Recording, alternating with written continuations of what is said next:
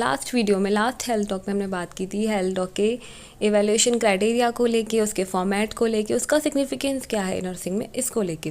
So many of you were asking me about the कि पूरा health talk देखना है, एक बार पूरा का पूरा हेल्थ टॉक किस तरीके से रहता है। So let's see this is about the post operative teaching on cataract.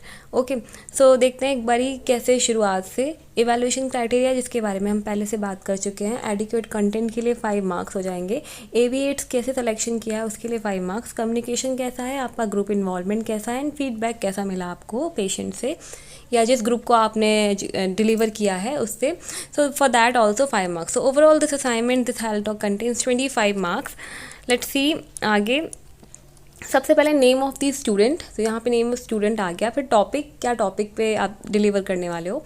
Venue, कौन सी प्लेस पे। टाइम कितना रहने वाला है, अप्रॉक्स ज़्यादा लंबा नहीं होना चाहिए, 20 to 40 मिनट्स का, आई थिंक इट्स एडिक्वेट।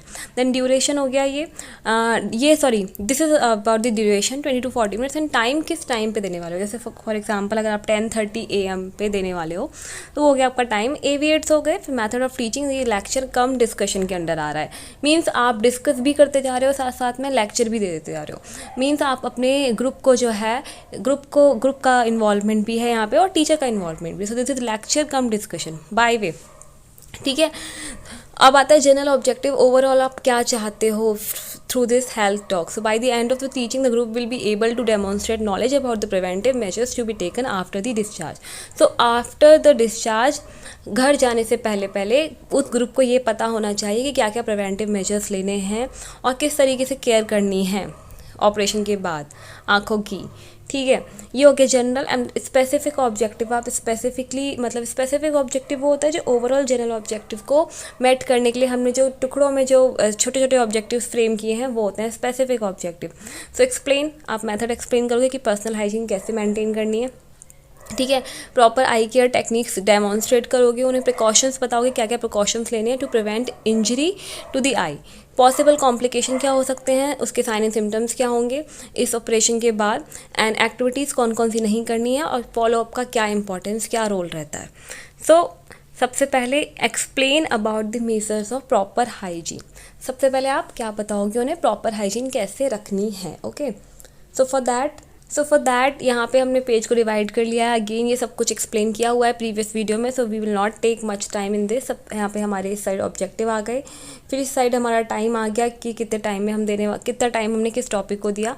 यहाँ पे हमने कंटेंट को इंग्लिश में बताया या हिंदी में बताया, क्योंकि हमारी जो जनता रहेगी, जो भी हमारा ग्रुप रहेगा, वो किस लैंग्वेज को प्रेफर करते हैं, उस हिसाब से हमने यहाँ इंग्लिश हिंदी दोनों को लिखना है। ठीक है, फिर टीचिंग लर्निंग एक्टिविटी के स्टूडेंट टीचर जो है वो एक्सप्लेन कर रहा है पेशेंट को। तो यहाँ पे क्योंकि आप स्टूडेंट हो बट आप उस टाइम पर टीचर हो, तो यहाँ पे टीचिंग लर्निंग एक्टिविटी जो भी रहेगी आपकी, विद व्हाट काइंड ऑफ एविएड यू यूज्ड यहाँ पे आ जाएगा। एंड इवैल्यूएशन के लिए आपने क्या क्वेश्चंस पूछे, वो यहाँ पे किस तरीके से इवैल्यूएट किया अपनी टीचिंग को, वो यहाँ पे आ जाएगा। ठीक है, तो सबसे पहले explain about the measures of proper hygiene, explain कर दिया प्रॉपर हाइजीन कैसे रखनी है।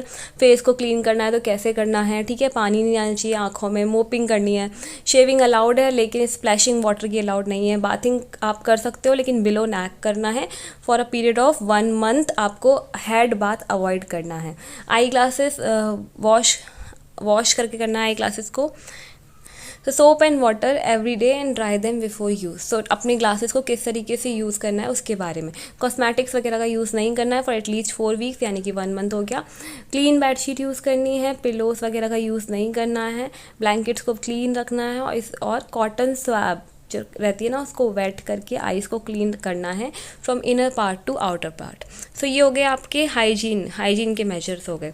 Now demonstrate eye care technique and medication administration technique. ठीक है, एक बार से पेशेंट को पता तो होना चाहिए कि किस तरीके से उसे मेडिकेशन एडमिनिस्टर करना है।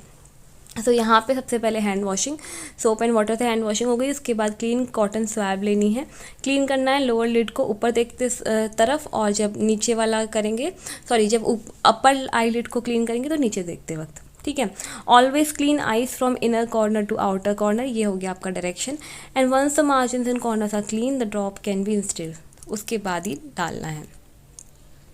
After that installation of eye drop, किस तरीके से आई ड्रॉप इंस्टॉलेशन करना है, काफ़ी ज़रूरी हो जाता है। प्रिवेंट इन्फेक्शन, सो यहाँ पे आई ड्रॉप इंस्टॉल करने के लिए सबसे पहले हैंड वॉशिंग हो गई आपकी, ठीक है। आपने पेशेंट को बोलना है कि सीलिंग की तरफ देखो, then use your fingers and thumb to draw down the skin. उसके बाद आपको फर्स्ट ड्रॉप जो है मेडिकेशन की वो डिस्कार्ड कर देनी है। Then put 1 drop in the operated eye, operated eye में डालना है।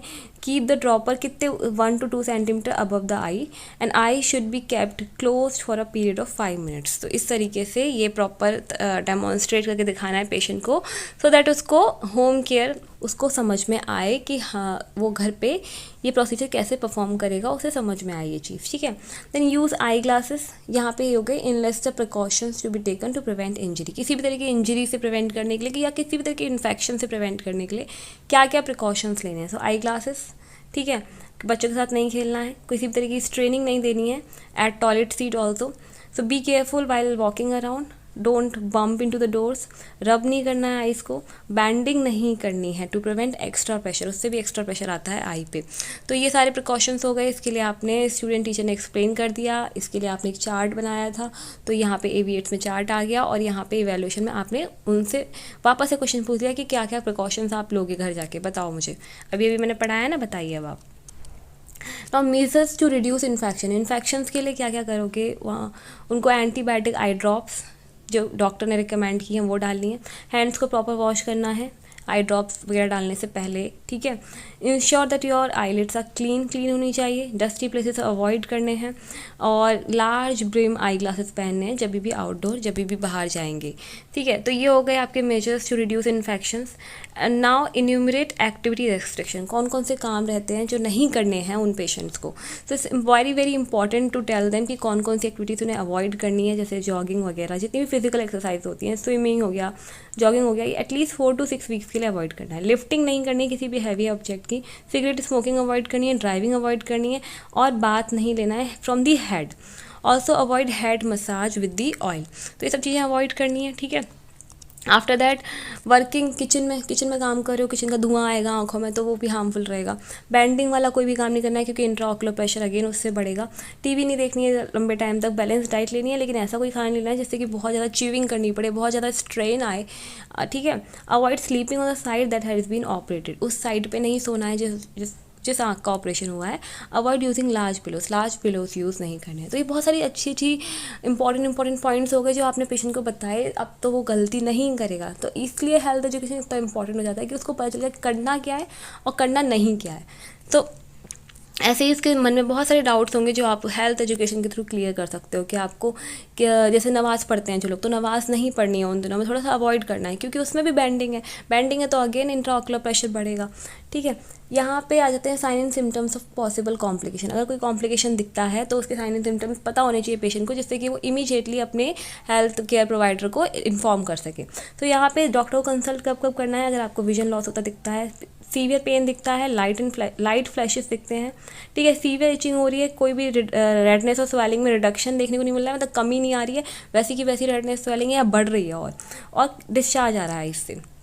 सो इन ऑल दीज केसेस आपको नोटिफाई करना है, ठीक है। फिर इंपॉर्टेंस ऑफ फॉलोअप, क्यों जरूरी है follow up. So it is important to continue follow up as recommended to maximise potential visual outcomes.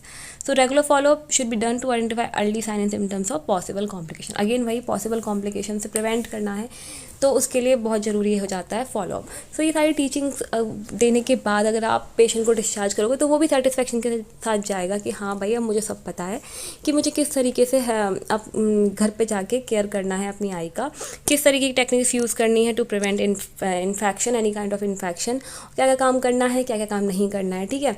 का हेयर वॉश करना है या नहीं करना है, हेड वॉश करना है या नहीं करना है। तो काफ़ी सारे डाउट्स उसके जो थे मन में वो सारे आपने क्लियर कर दिए। किस तरह का खाना खाना है, तो बैलेंस डाइट खानी है, ठीक है।